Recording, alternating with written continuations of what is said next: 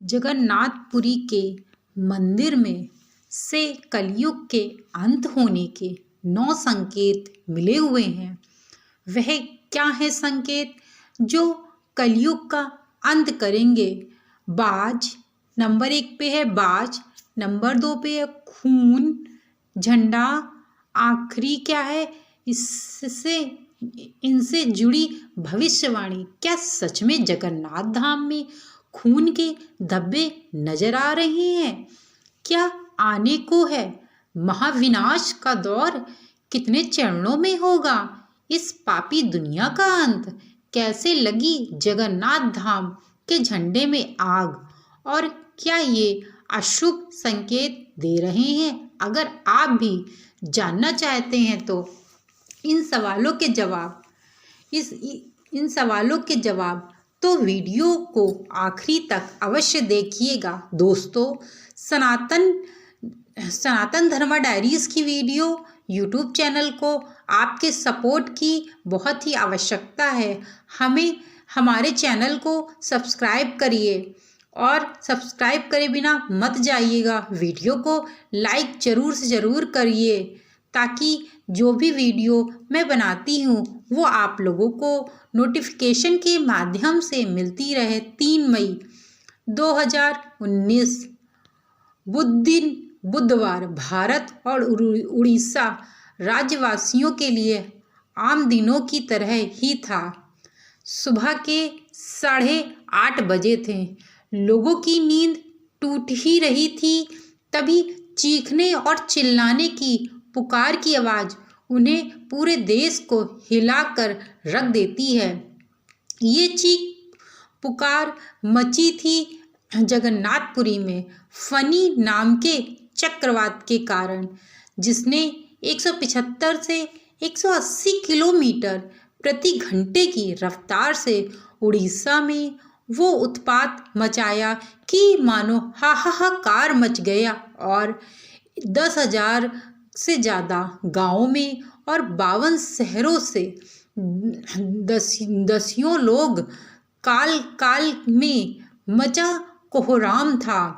क्या आप विश्वास करेंगे अगर हम कहें कि उस उत्पाद की भविष्यवाणी आज से 500 वर्ष पहले ही कर दी गई थी? क्या आप इस बात पे विश्वास करेंगे कि 500 वर्ष पहले ही जो यह तूफान आने वाला था, जो यह उत्पात होने वाला था, इसके पहले ही कर दी गई थी? वह भी सटीक तरह से शायद नहीं, लेकिन यह सच है। उड़ीसा के पुरी मिस्टर भगवान जगन्नाथ का मंदिर, जिसे श्री मंदिर भी कहा जाता है, जहाँ होने वाली हर घटना भविष्य में होने वाली घटनाओं का संकेत मानी जाती है। इसी मंदिर को साक्षी मानकर लिखी गई थी आज से 500 वर्ष पहले भविष्य मलिका को ग्रंथ है। क्योंकि वर्तमान और भविष्य काल की सटीक भविष्यवाणी बताता है। और इस महान ग्रंथ के महान रचयिता थे संत अच्युतानंद दास महाराज, जिन्हें 5 शाखाओं में गिना जाता है। असल में आज से 500 वर्षों पहले 16वीं शताब्दी में जगन्नाथपुरी में धरती पर 5 शाखाओं का निवास हुआ करता था, जिनमें संत अच्युत यंकदास महाराज, संत अनंत दास, संत यशवंत दास, संत जगन्नाथ दास और संत बलराम दास रहा करते थे। इन 5 को पंच सखा के रूप में जाना जाता था और वर्णित भी किया जाता था। कहने को तो ये 5 भविष्य से जुड़ी बातें हैं, लेकिन कहते हैं कि संत अच्युतदास महाराज के पास भविष्य देखने की अद्भुत अलौकिक दिव्य शक्ति थी, जिसके बल पर वो न सिर्फ भविष्य में होने वाली घटनाओं को देख सकते थे, बल्कि उन्हें पंक्तियों के रूप में लिख भी सकते थे। ऐसे ही उन्होंने भविष्य से जुड़ी घटनाओं पर 1000 से ज़्यादा ग्रंथ लिख डाली थी, जिनमें से एक है भविष्य मल्लिका, जिसे लिखने में उनका साथ दिया था। उक्त चारों संतों ने भविष्य मल्लिका के अनुसार कलयुग का अंत नज़दीक है। वर्तमान में पृथ्वी एक बड़े बदलाव के दौर से गुजर रही है और समूचे कलयुग का अंत होने वाला है, और यह अंत 3 चरणों में होगा। यह भी उन्होंने बताया था कि कलयुग का जो अंत है वह 3 चरणों में होगा। पहला महाविनाश, दूसरा कलयुग का अंत, और तीसरा एक नए युग का प्रारंभ, यानी कि सतयुग की स्थापना। भविष्य मल्लिका ने यह कहा कि यह स्पष्ट रूप से लिखा गया कि आने वाले कुछ सालों में कलयुग का अंत होगा और सतयुग की स्थापना हो जाएगी।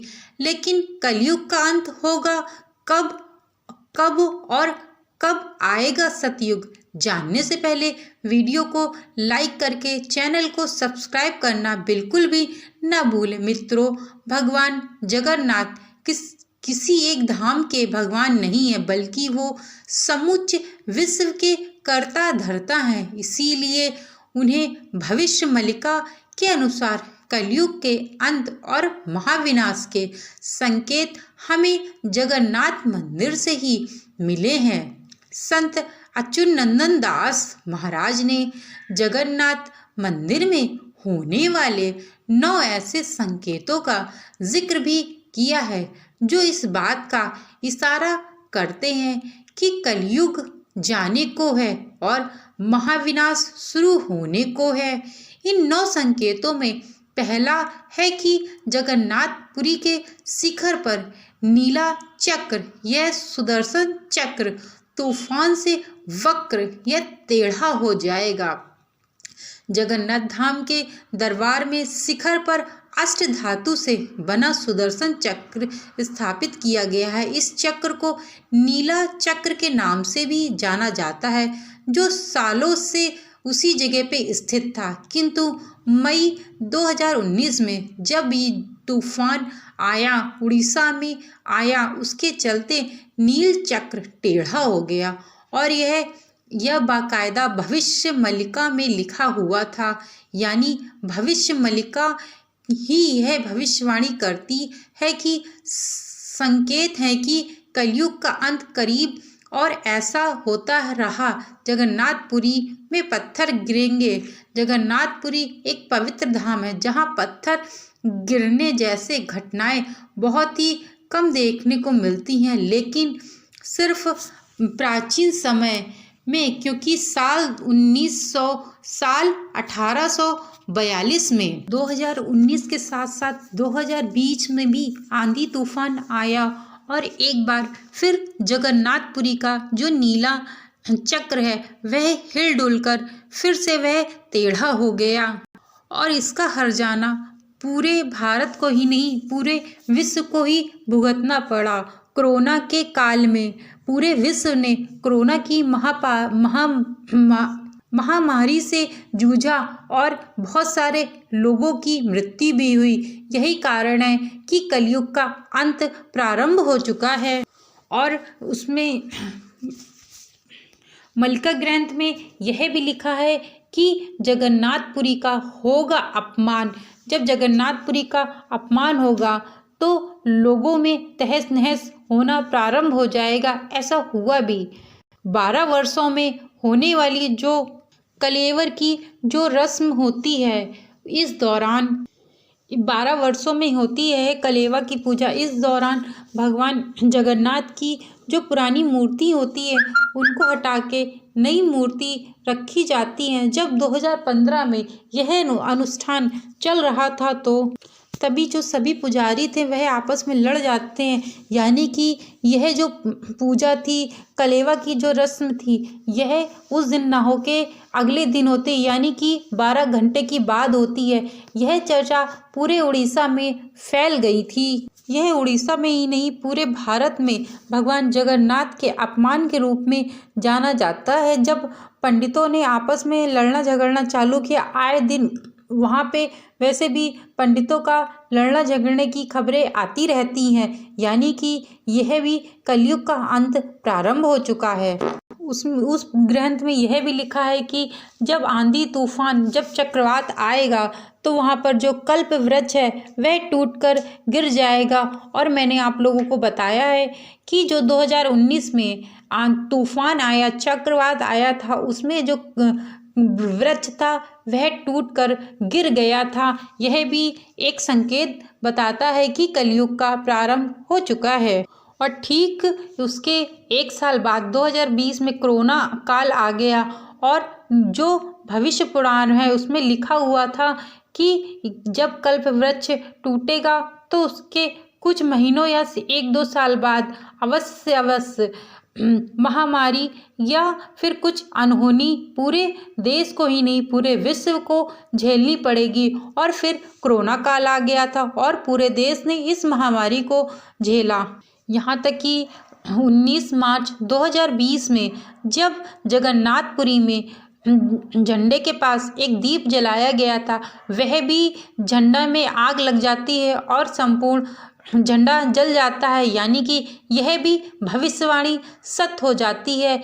यह माना जा रहा है कि जगन्नाथपुरी से संकेत मिल चुके हैं कि कलयुग का प्रारंभ हो चुका है और कलयुग का अंत होना आवश्यक है, तभी सतयुग आएगा।